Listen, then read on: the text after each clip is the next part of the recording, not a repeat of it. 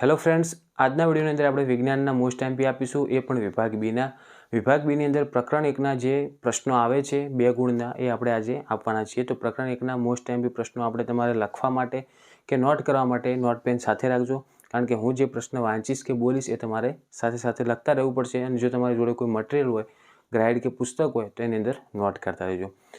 આ પહેલાં આપણે ઓલરેડી બેઝિક ગણિત અને સ્ટાન્ડર્ડ ગણિતના પણ યુઝફુલ વિડીયો બનાવેલ છે, જે તમને બોર્ડ એક્ઝામમાં ખૂબ જ ઉપયોગી બનશે. એ તમે ન જોયા હોય તો એની પણ લિંક તમને વિડીયોની નીચે ડિસ્ક્રિપ્શનની અંદર મળી જશે, તો એકવાર જઈને જોઈ નાખજો. ઓકે, ચેનલની અંદર જો પહેલી વાર આવે તો ચેનલને તરત જ સબસ્ક્રાઈબ કરજો, બેલ આઇકન દબાવજો, જેથી આ યુઝફુલ વિડીયો તમને સૌથી પહેલાં મળતા રહે. ધોરણ 10ના તમારા જેટલા પણ મિત્રો હોય એમના સુધી પણ આ વિડીયોને જરૂરથી શેર કરજો.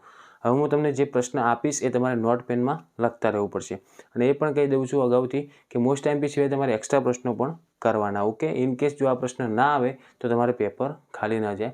મોસ્ટ એમપી પ્રશ્નો તો કરવાના જ, પણ એક્સ્ટ્રા બીજી પણ મહેનત ચાલુ રાખવાની. હવે જો મિત્રો આપણે પહેલો પ્રશ્ન જોઈશું. આ માર્ચ 2020ની અંદર પૂછાયેલ પ્રશ્ન છે. તો તમને જો કોઈ બી મટીરિયલ હોય, અસાઇનમેન્ટ હોય, ગાળાની અપેક્ષિત હોય, એની અંદર આ પ્રશ્ન મળી જશે. તો જો પદાર્થ એક્સનું દ્રાવણ મકાન ધોળવા માટે વપરાય છે, તો મકાન ધોળવા માટે શું વપરાય તમને પહેલેથી કહી દઉં. કેલ્શિયમ ઓક્સાઇડ, કાળી ચૂનો જે આપણે કહીએ છીએ. પછી એની અંદર 2 પેટા પ્રશ્ન છે કે પદાર્થ એક્સનું નામ આપો અને એનું સૂત્ર લખો. એનો 1 માર્ક્સ મળશે તમને. અને બીજો પ્રશ્ન એવો થશે કે પદાર્થ એક્સની પાણી સાથેની પ્રક્રિયા લખો. તો કેલ્શિયમ ઓક્સાઇડની પાણી સાથે એટલે કે H2O સાથેની પ્રક્રિયા લખવાની છે. આ 2 ગુણનો પ્રશ્ન છે અને માર્ચ 2020ની અંદર આ પ્રશ્ન પૂછાયેલ છે.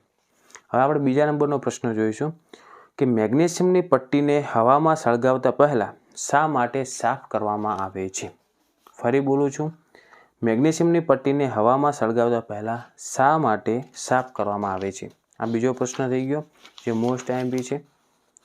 પછી ત્રીજા નંબરનો પ્રશ્ન આપણે જોઈશું કે રાસાયણિક સમીકરણ એટલે શું? રાસાયણિક સમીકરણને શા માટે સમતોલિત કરવું જોઈએ? જે રાસાયણિક સમીકરણ છે એને સમતોલિત શા માટે કરવું જોઈએ એનું કારણ જણાવવાનું છે. પછી નેક્સ્ટ આપણે પ્રશ્ન જોઈશું કે નીચેના વિધાનોને રાસાયણિક સમીકરણોમાં રૂપાંતરિત કરો અને ત્યારબાદ તેઓને સંતુલિત કરો. તો પહેલાં તો આપણે ડાયરેક્ટ નામ આપેલ હશે, એને પહેલાં રાસાયણિક સમીકરણમાં રૂપાંતરિત કરવાનું રહેશે અને પછી એમને રાસાયણિક સમીકરણને શું કરવા પડશે? સમતોલિત કરવા પડશે.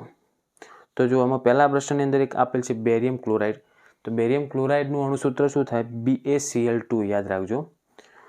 પછી એલ્યુમિનિયમ, તો એલ્યુમિનિયમ શું કહેવાય? એલ્યુમિનિયમ સલ્ફેટ આપેલ છે, તો Al2SO4 અને કૌંસની બહાર 3 થાય.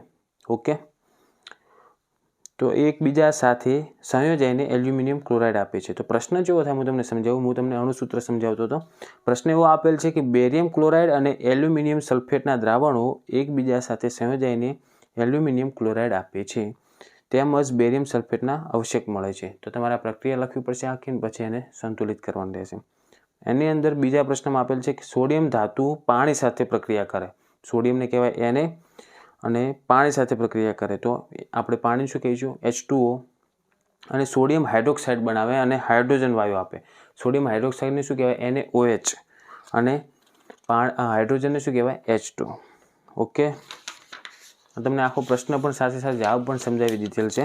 હવે જુઓ નેક્સ્ટ બીજો આપણે એક પ્રશ્ન જોઈશું કે સંયોગીકરણ પ્રક્રિયા ઉદાહરણ આપી સમજાવો. આ ગઈ બોર્ડ એક્ઝામમાં પૂછાયેલ છે.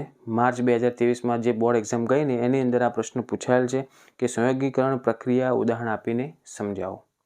આ મોસ્ટ એમપી છે, તો તમે નોટ કરજો. ઓકે, કે સંયોગીકરણ પ્રક્રિયા ઉદાહરણ આપી સમજાવો. માર્ચ 2023ની જે ગઈ બોર્ડ એક્ઝામમાં પૂછાયેલ છે.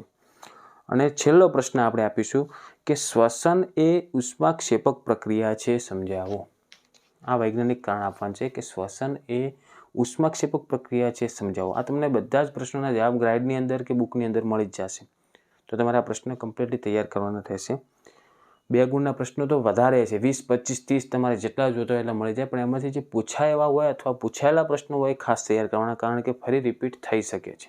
ઓકે, હવે આપણે નેક્સ્ટ વિડીયોની અંદર પ્રકરણ 2ના મોસ્ટ એમપી પ્રશ્નો જોઈશું વિભાગ બીની અંદર.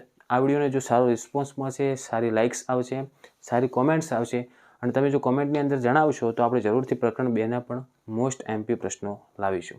આશા રાખું છું મિત્રો આ વિડીયો તમને યુઝફુલ થયો છે, તો પ્લીઝ વિડીયોને લાઇક કરજો. ચેનલને સબસ્ક્રાઈબ ન કર્યું તો સબસ્ક્રાઈબ કરજો. બેલ આઇકન પણ દબાવજો, જેથી આવા યુઝફુલ વિડીયો તમને સૌથી પહેલાં મળતા રહે.